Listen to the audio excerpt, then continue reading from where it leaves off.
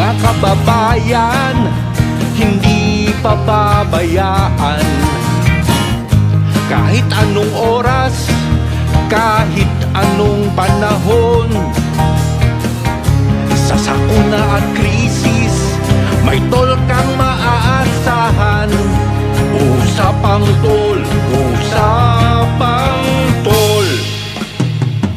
Senador Francis Tolentino, Senador Francis Tolentino, tol ng bawat Pilipino. Trabaho baka mo, tutok lang dito sa Usapang Tol. Usapang Tol, Usapang Tol. Senador Francis Tolentino, Senador Francis Tolentino, tol ng bawat Pilipino.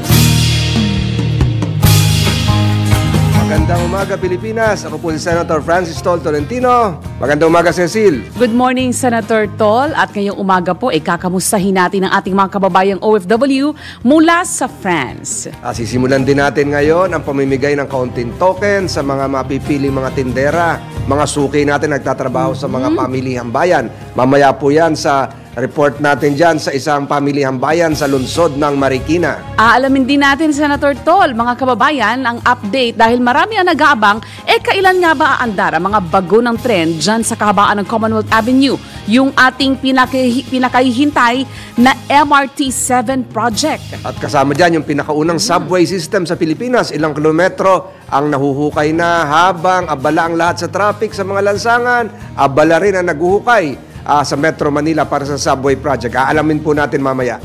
Yan at iba pang may init na isyu ang ating tatalakayin ngayong umaga. Kaya samahan nyo kami ni Senator Tol hanggang alas 7 ng umaga. Tayo ay mapapakinggan sa DWIZ 882 sa inyong mga AM radio at sabayang napapanood sa Aliw TV. Tayo po ay mapapanood sa Digital Free Aliw TV, Signal Channel 24, TV Plus 27, at GMA For the Box 25. Available din po tayo sa digital TV devices, TV receivers. Mangyaring scan lamang po ang inyong digital TV receivers at digital boxes upang mapanood ang Aliw 23. Masusubaybayan din po tayo sa Facebook page ng DWIZ at pwede po kayong mag-iwan ng mensahe sa comment section o kaya sa kanilang text hotline number, hotline 847001 8470-1750 hanggang 54 o di kaya po, magpadala po kayo ng mensahe sa pamamagitan po ng aming text line sa 0999-376-6768. Kaya talaga namang hindi lang nationwide ha, Senator Tol, kundi worldwide po tayong namomonitor ng ating mga kababayan. DWIZ Balita. Mga malalaking balita, pinag-uusapan, mga balitang bagong-bago sa DWIZ Headlines.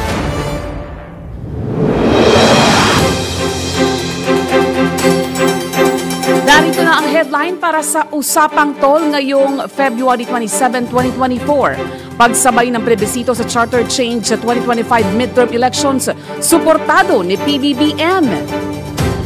DWIZ Balita. Kamara, hindi mamadaliin ang pag-aaral sa panukalang umentong sahod. DWIZ Balita. Traditional jeepney sa bansa, hindi ibabasura ayon kay PBBM. DWIZ Balita. At sa gitna ng epekto ng El Nino phenomenon, mga nagnanakaw ng tubig, abay hindi sasantuhin ng PNP. DWIZ Balita. Philippine Maritime Zone Bill, aprobado na sa Senado. DWIZ Balita. Extradition laban kay dating Congressman Teves gumugulong na. DWIZ Balita. At para sa detalye ng ating mga balita, nais ni Pangulong Ferdinand Marcos Jr. na isabay sa 2025 elections ang plebisito para sa charter change. Ito ang inanunsyo ni Senate President Juan Miguel Zubiri at kanyang ibinalita na pinapaaral ni Pangulong Marcos kay Senator Sonny Angara, ang chairman ng Subcommittee on Constitutional Amendments, ang mga legal na posibilidad upang makumbinsi ang Commission on Elections na idagdag sa balota ang katanungan kaugnay sa Chacha. Muli ring binigyang diin ni PBBM na dapat Senado ang manguna sa pagtalakay ng pag-amyenda sa saligang batas. Kaya para kay Senator Zubiri, dapat ang resolution of both houses number 6 na inihain sa Senado ang talakayin at hindi ang RBH 7 ng Kamara.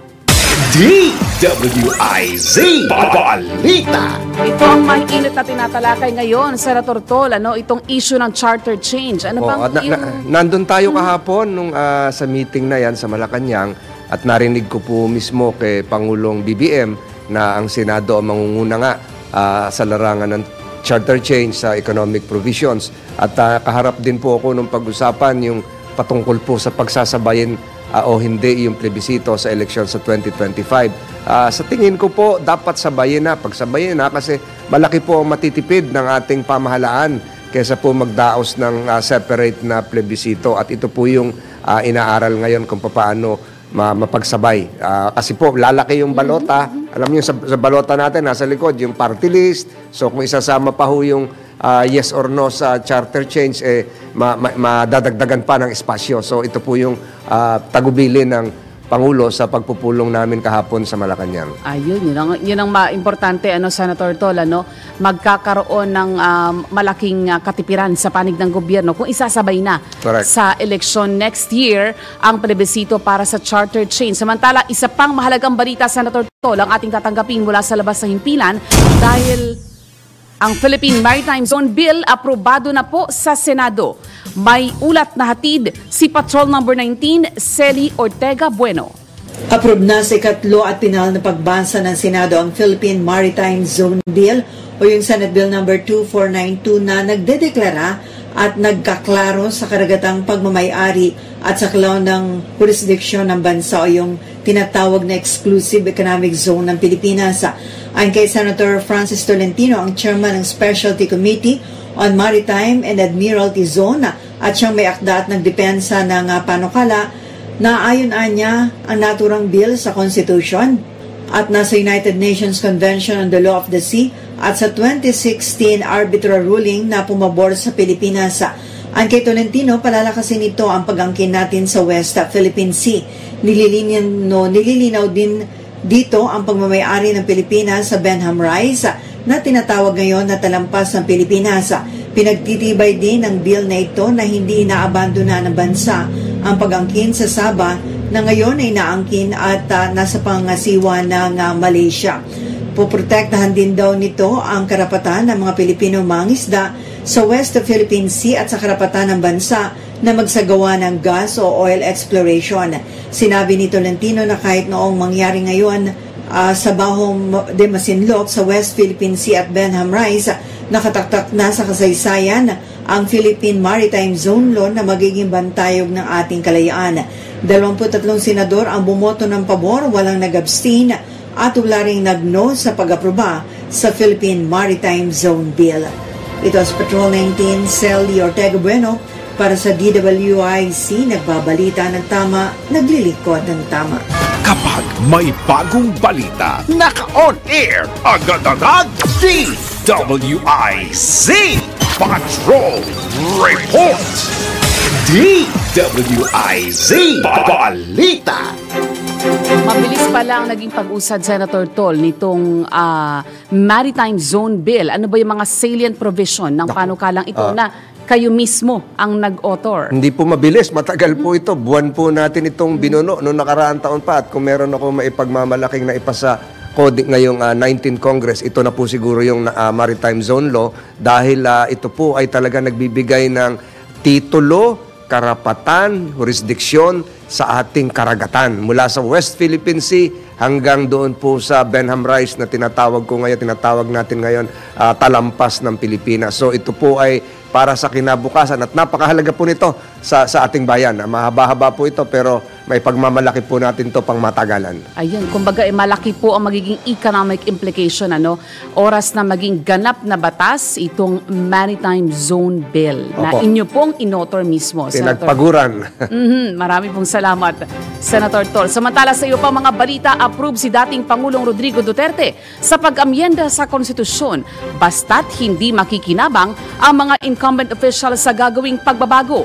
Ayon sa dating presidente, hindi siya tututol sa charter change basta matiyak na hindi mananatili sa termino ang mga nakaupong opisyal ng gobyerno. Bukas si PRRD sa pagbabago ng konstitusyon basta masigurong walang pansariling interes ang mga nagsusulong nito. Matatanda ang inalamahan ang People's Initiative na sinimulan ng ilang kongresista matapos na masilip ang motibo upang mapahaba ang kanilang termino. DWIZ Balita. Charter change, nako Senator Tol. Masalimuot na usapin din ito, kagaya nga na nabanggit mo kanina, dapat itong maisabay na yung plebisito kaugnay ng charter change sa gagawing eleksyon sa susunod na taon. At hindi po dapat nga madaliin ang pagtalakay sa anumang pagbabago sa saligang batas. Yan po ang binigang diin ng mga senador sa gitna ng target ng Kamara na tapusin ang kanilang pagdinig sa panukalang charter change bago mag-adjourn o matapos ang sesyon sa Marso 22. Ayon kay Senator J.B. Ejercito, posibleng magkaroon ng problema sa mga babaguing probisyon kapag minadali ang pagtalakay dito. Dagdag pa ni Senator Ejercito, walang puwang ang pagkakamali kung ang saligang batas ang pinag-uusapan, kaya dapat tiyaking tama ang mga aamyendahang probisyon. Naniniwala rin si Senador Francis Tolentino na hindi dapat na madaliin ang tsatsya. Muli namang nanawagan si Senator Ramon Bong Revilla Jr. sa mga senador at kongresista na magkasundo na sa hakbangin para sa pagbabago ng saligang batas. DWIZ Balita. Muli namang nilinaw ni Pangulong Ferdinand Marcos Jr. na hindi ipe-phase out ng pamahalaan ang mga luma o tradisyonal na jeepney. Paliwanag ng Pangulo, hindi pinapalitan ng gobyerno ang traditional jeepney, kundi ginagawa lamang itong moderno. Sa pamagitan anya ng modernisasyon, mas malaki ang kikitain ng mga tsuper dahil mas mababa ang cost per kilometer ng mga makabago o e-jeepneys. Maliban dito, mababawasan ang polusyon sa hangin bilang na ambag o malaking ambag na rin ng pamahalaan sa mga hakbang laban sa climate change. Higit pa sa pagbabago at pag-modernize ng mga pampublikong sasakyan, sinabi pa ni Pangulong Marcos na kailangan na ring iwanan ng bagong Pilipino ang mga lumang pag-uugali sa kalye na dapat anyay moderno na rin. DWIZ Balita. Mamaya, Senator Tol, kasama yan sa ating mapag-uusapan, yung issue na yan ng jeepney phase out, dun sa ating magiging diskusyon, sa ating magiging resource person mamaya. Sorpresa po yun.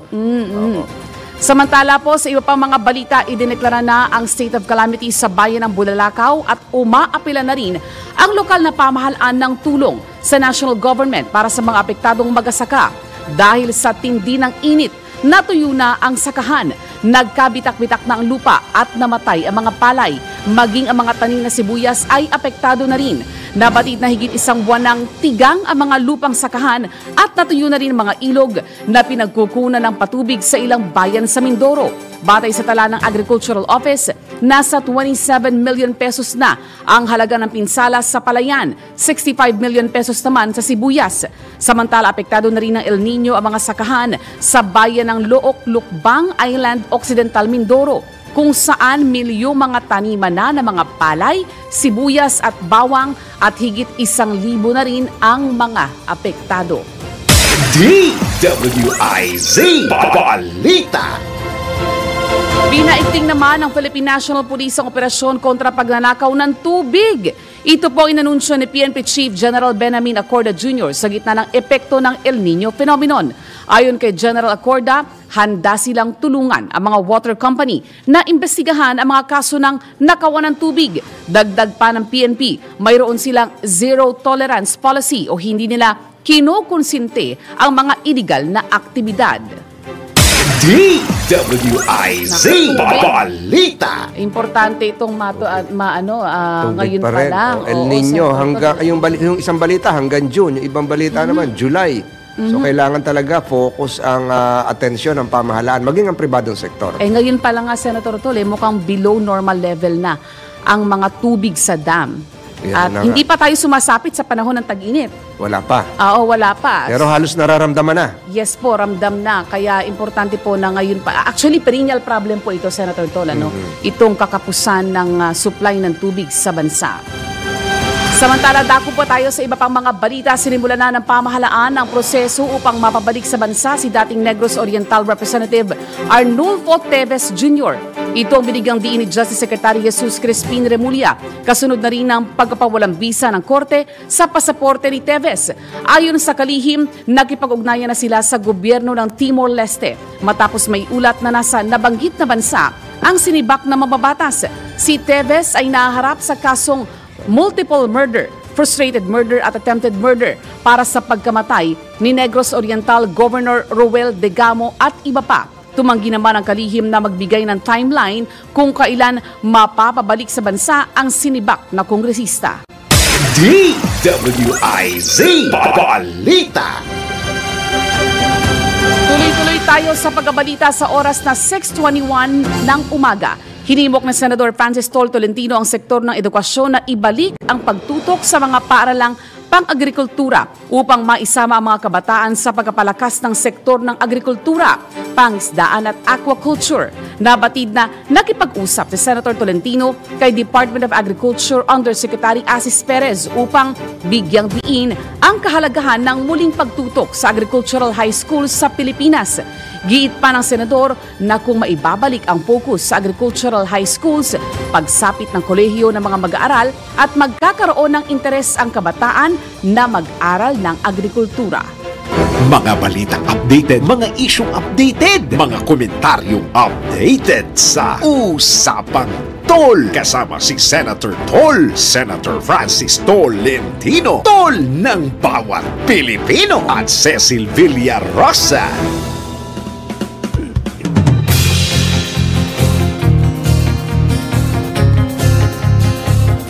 Ang mga kababayan natin abroad ay kumustahin naman natin, Cecil, yan sa Paris, France. Alamin natin ang mga sitwasyon sa ating mga kababayan. Ihatid sa atin ni Dick Villanueva live mula sa Paris, France. Okay, isang magandang umaga po at ako po si Dick Villanueva dito po sa Paris, France. Magandang umaga po Sen Francis Tolentino at Morning. kay Miss Cecil Villarosa. Ayan. Ito po, may update po tayo dito sa Paris. Yung bagong immigration law sa France, lubos na kinababahala ng mga undocumented Pilipino sa bansa. Isang pagbabago sa immigration law ang inilabas ng France noong nakaraang January 26, 2024. Kaya namang marami sa mga kababayan natin sa France ang nag-aalala, lalong-lalo na ang mga undocumented na Pinoy sa bansa. Sa kabila ang protesta sa France, partikular sa lungsod ng Paris upang tutulan ng nasabing batas.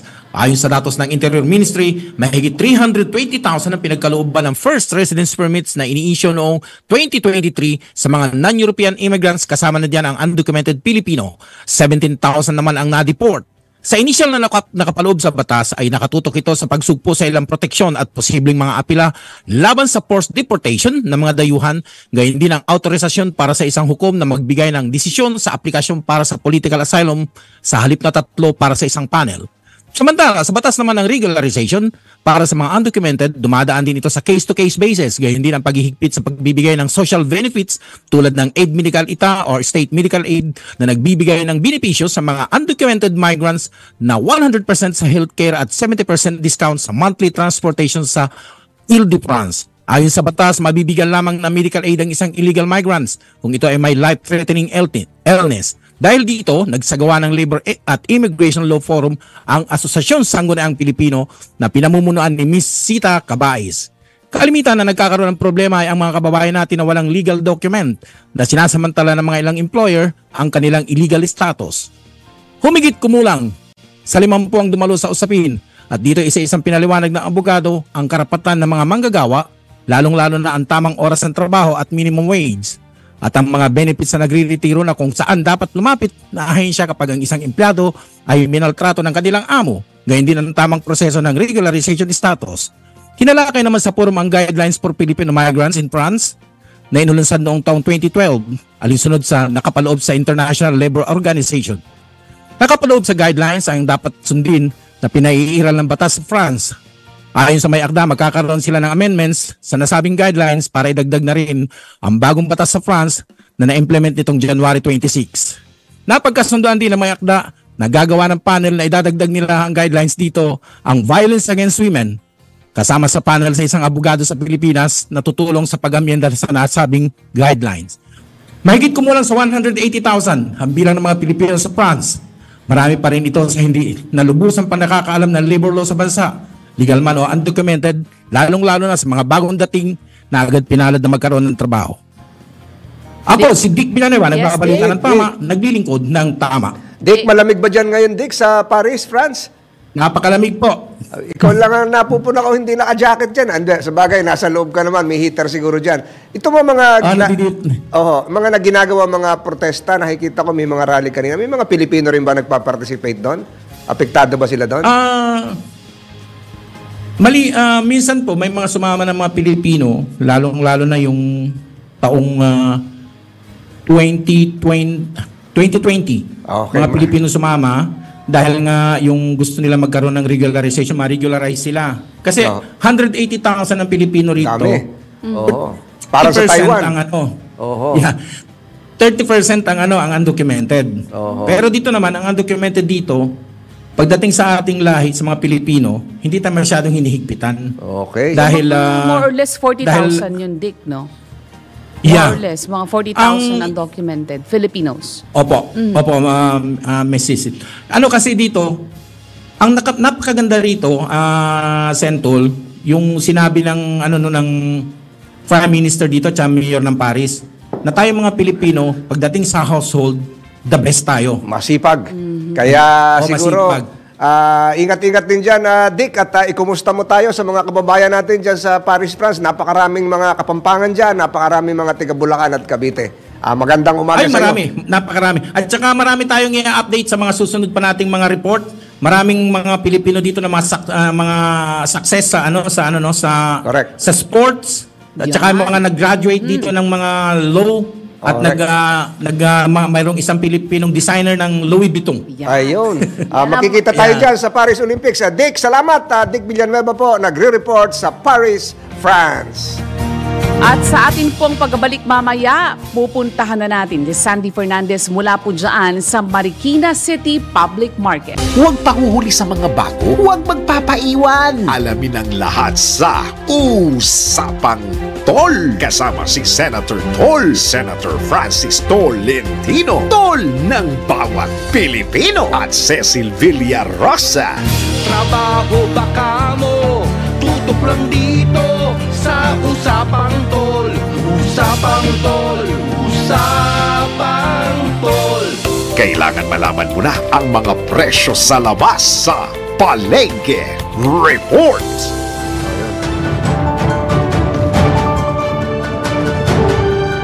Nagbabalik po ang programang Usapang Tol. Ang oras sa buong Pilipinas ganap ng 6:33 ng umaga. Senator Tol, yung ating mga kababayan na naghihintay dyan sa Marikina City. Yung mga naghihintay sa Marikina. Paalamin natin ang presyo ng mga bilihin, pangunahing bilihin. Isda, karne, gulay, bigas. Si Maring Sandy, Maring Sandy Fernandez. Magandang umaga sa iyo. Nasaan ka ngayon? Hello po, Senator. Yes. Okay po, nandito po ako ngayon live sa Marikina Public Market po, kung saan gising na po ang mga tao 2 a.m. pa lang. So, una po sa ating tablado ay ang presyo ng bigas. Ukol sa aking na-interview, nagtaas daw ang presyo simula November 2023 dahil nagtaas din ang presyo ng pinagkukuhanan nila sa Bulacan o Nueva Ecija. So, ang local rice nila, binibenta po nila ng 55 pesos per kilo. May black naman na 98 pesos per kilo. Ang red ay nasa 80 pesos.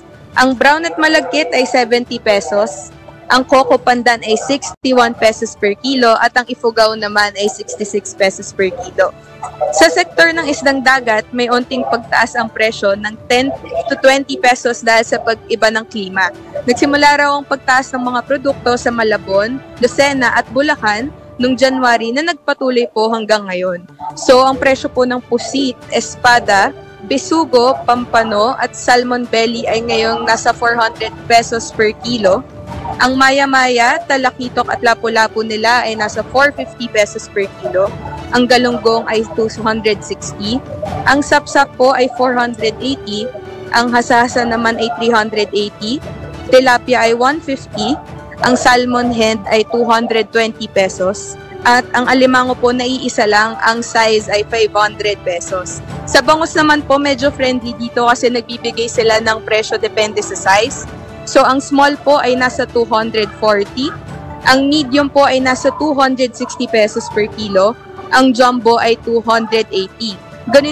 Ganun din po sa dilis na merong pagkakaiba ang presyo depende sa size. Ang maliit nila ay 200 at ang malaki ay 300. Sa hipon po, meron silang medium na 520 at jumbo na 580. Sandy, yung presyo ng ano naman, ng kamatis. Yun. Yan. Ng kamatis po natin, dito po ay nasa 80 pesos po. At ang sabi po ng mga tindera po dito na meron pong pagtaas ng presyo dahil nga po naging dulot ng tag-init po, medyo mahina po yung ani sa bandang Baguio o Nueva Ecija at nag-iiba po ang presyo nila dito depende sa mode of delivery. 80 pesos, Sandy, kada kilo yung kamatis. Opo, per kilo mahal, po. Mahal na yon. Siguro, punta tayo, Sandy, doon sa inaabangan ng ating mga kaibigan dyan, mga tindera, mamimili. Meron tayong ibibigay na token sa ating mga makakausap na tindera. Handa na ba sila? Handa ka na, Sandy? Opo, handa na po dito si Nanay Erlinda Manalo po. Siya po yung nanalo po ng token natin. Ayun, Nanay Erlinda. Nasaan kayo, Nanay? Ayun, nanalo na nga siya. Ang dami niyang premyo, Ang dami sombrero pa. So, congratulations, Nanay Erlinda. At papasyal po tayo dyan sa Marikina Public Market para makaharap din kayo. Si Nanay Erlinda Manal. Anong tinitinda niya, Sandy? Ano po? Ay, si Nanay na pala yan. Nanay, ano pong tinitinda niyo? Tilapia, bangus, hipon, puset. Ayun, Tanong, eto Nanay Erlinda.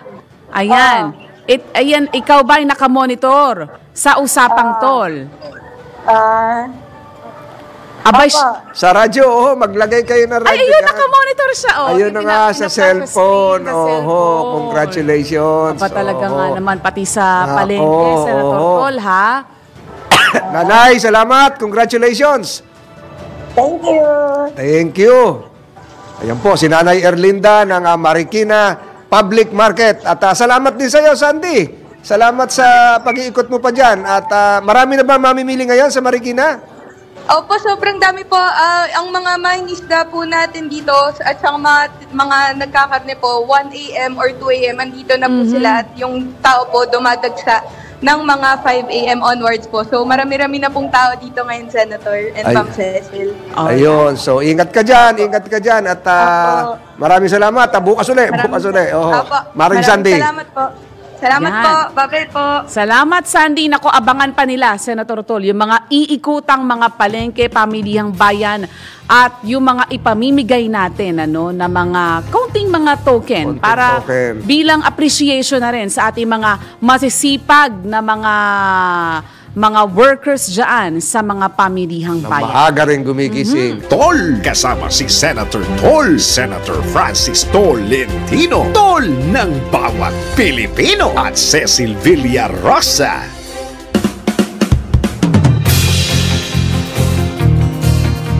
Nagbabalik po ang programang Usapang Tol sa oras po na 6:45 ng umaga. Ito na, Senator Tolentino, ang ating pinakaabangan na resource person ngayong umaga. Dahil nasa linya na po ng ating komunikasyon, Senator Tol, wala pong iba kundi ang kalihim ng Department of Transportation, si Secretary Jaime Bautista. Magandang umaga po, Secretary.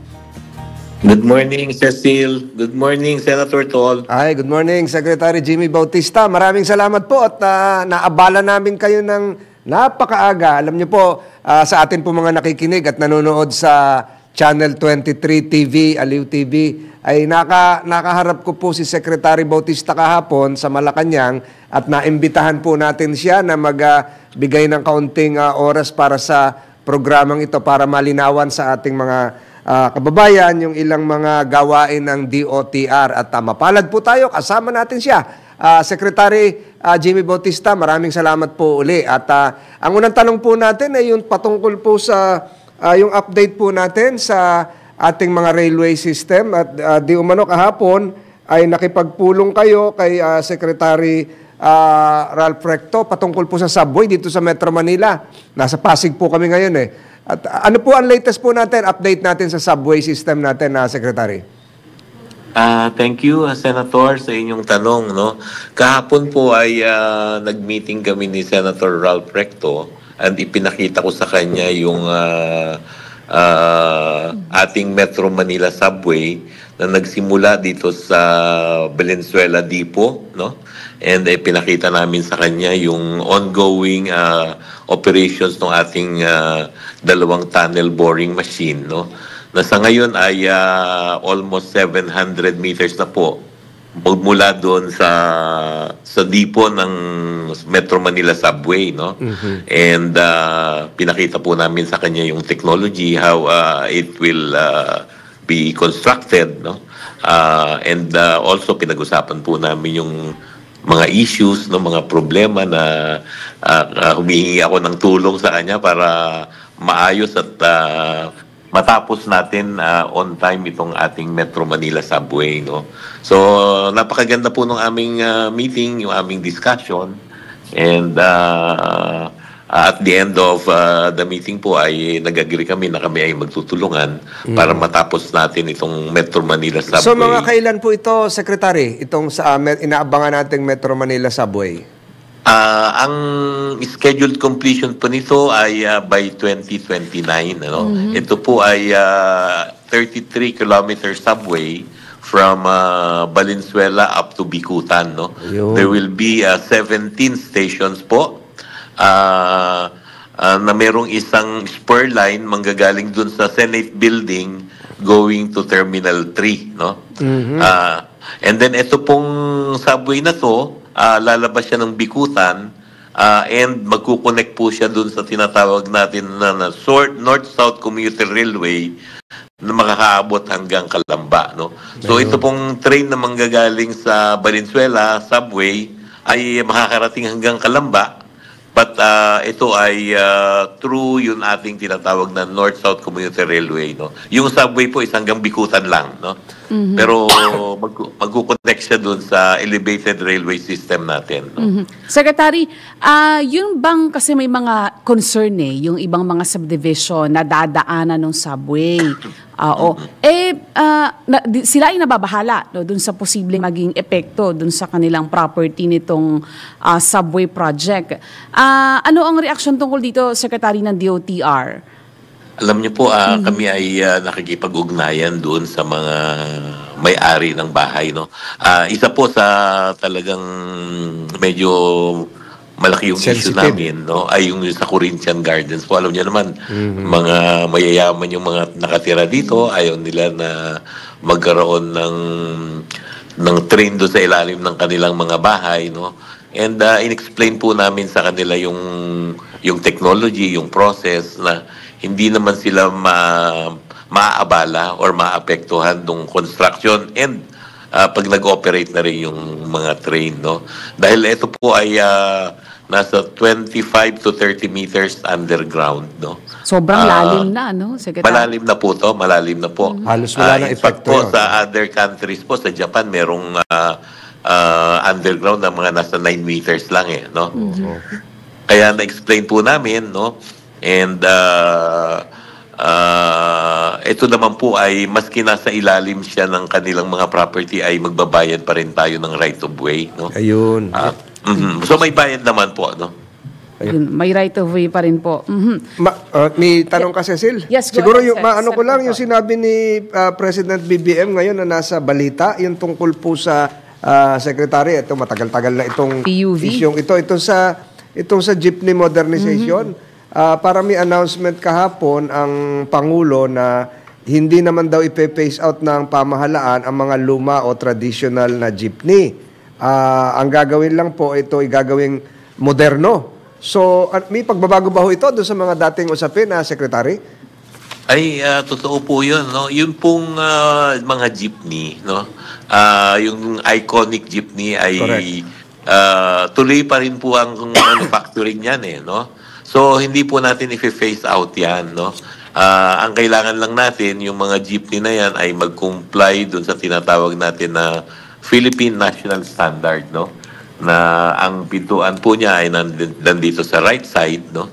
Yung bubong niya ay medyo mataas para pwedeng maglakad yung pasahero, no?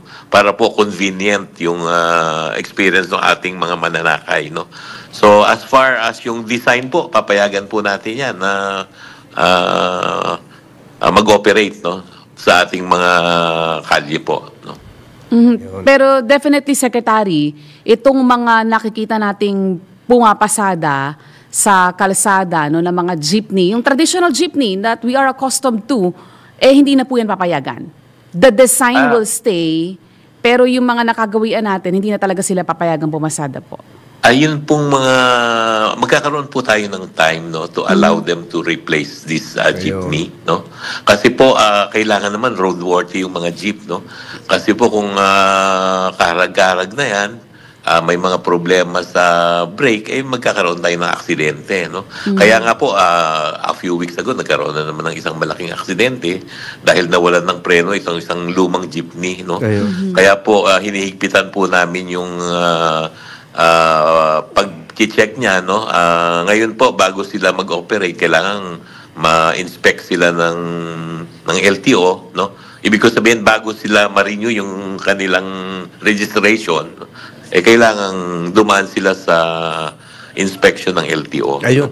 Secretary, napapakinggan tayo sa buong Pilipinas ngayon. Dati po, in-extend po ito, yung deadline ito. Kundi ako nagkakamali, hanggang Pebrero. Hanggang kailan po ba talaga kailan sila dapat mag-comply? O na-extend pa muli po ba ito? Ang in-extend po natin, Senator, yung tinatawag natin na consolidation, no? Yung consolidation. Ito pong modernization program ay marami pong components to, no? One of the important components that we want to implement is yung tinatawag natin na consolidation of the industry, no? Gusto po ng gobyerno na yung mga nag-ooperate ay mag-ooperate sila as a group, as a corporation or as cooperative para magkaroon po ng tinatawag na tamang fleet management, tamang dispatch system, no? Tamang maintenance program, no? And tama pong pasweldo sa mga employees nila. So hanggang no? kailan po yung extension ng consolidation, Mr. Secretary? Ang extension po natin na binigay ng Presidente ay hanggang April 30. No? Ang original deadline po ay January 31. No? Ayun. And just to let you know, as of, December 31 po pala, hindi January 31. As of December 31, Senator, 76% of the industry has already consolidated. Mataas na. Mataas na po. Konti na lang pala yung konti na lang. Nagkaroon po kasi ng merong mga grupo dito sa Metro Manila na ayaw nilang sumunod doon sa consolidation requirement ng gobyerno, no? They still want to operate on their own, no? Ang sabi po namin kasi kung if they will operate on their own, mag-aagaw-agawan tayo sa mga pasahero, no? Hindi tayo magkakaroon ng tamang dispatch system, no? Hindi tayo magkakaroon ng tamang fleet management. Hindi magiging efficient yung operations pag kanya-kanya yung operations. Maunawaan na nila yon, Cecil? Yes. Siguro isang tanong na lang bago natin pakawalan si Secretary, yung tinatanong mo sa akin kanina na hindi ko masagot. Ano ba, yung bang, siguro sa matarahin natin yung pagkakataon. Opo. Ano pong reaction niyo, Secretary, doon sa, ang naiya raw po, isa sa worst airport sa Asia, fourth worst airport in Asia? Well, alam niyo po, itong airport natin ay designed for 35 million passengers, no?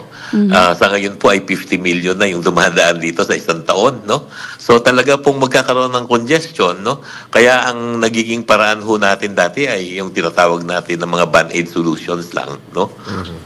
Pero with the modernization program that we will implement, no? Yun pong privatization ng airport, magkakaroon na po tayo ng tamang mga infrastruktura, no? Tamang technology, no? And with that, may improve po natin yung operations nitong airport, no? And ito po ay sinimulan po yung programa ng privatization 30 years ago po, no? And hindi natin na-implement, no? Kaya ako medyo natutuwa ako na ngayon ay may implement na natin. Nag-start po yan during the time of President Ramos, no? Natagal na. Nagkaroon ng failure, no? Yung do we have operations ng Terminal 3, no? Secretary, do we have a projection kung kailan matatapos itong gagawing modernization sa NAIA?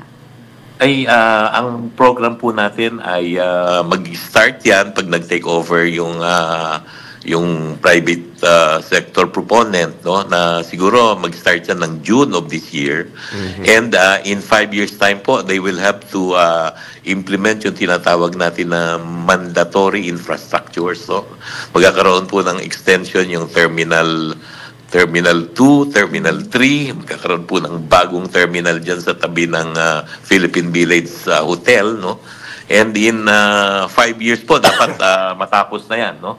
Dahil yung concession po is only for 15 years, but extendable for another 10 years, no? Ayun. Secretary, siguro, last question na talaga to bago natin kayo pakawalan. Yung MRT-7, yung mga sa kababayan natin San Jose del Monte, kailan daw talaga ito magsisimula? Itong MRT-7 po, magsisimula po to by the third quarter of 2025, no? Okay. Halos tapos na natin yung mga infrastruktura, no? Kailangan lang pong ayusin yung DIPO po, meron pa tayong konting problema sa right of way, no? Although nakuha na natin yung we are in possession of the property, no?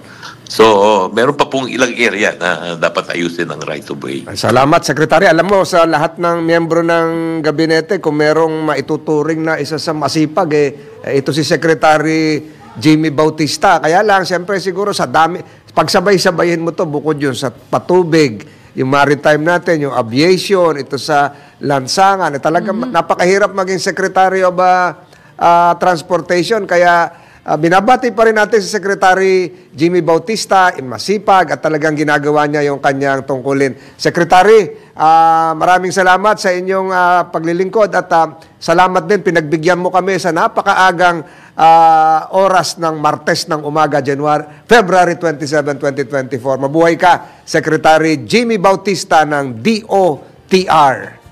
Thank you, Senator. Thank you, Cecil. Tawag lang po anytime. Thank you po, Secretary Jimmy Bautista. Napakabait yan.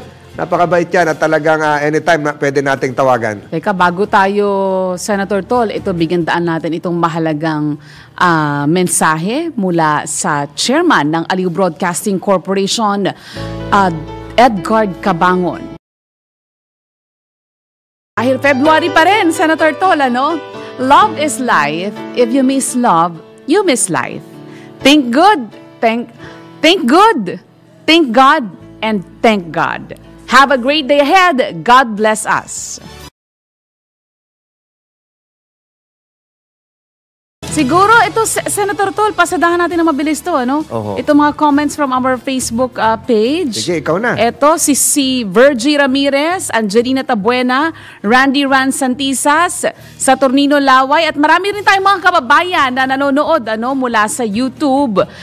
Mga kababayan natin ito abroad at mula sa, yung iba galing po ng Mindanao. Naroon po si Marisa Madrigal, monitoring din po si Fernando Tandok, Noel Sikat, Ireneo Mejia at Genuine RC from Hong Kong. Ayan, magandang umaga. Sa mga kababayan natin sa Hong Kong, naimbag na bigat yung amin na po. Ingat kayo dyan, ingat kayo. Ito po si Senator Francis Tolentino.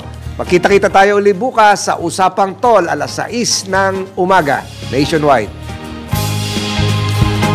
Ako naman po si Cecil Villarosa. Hanggang bukas po.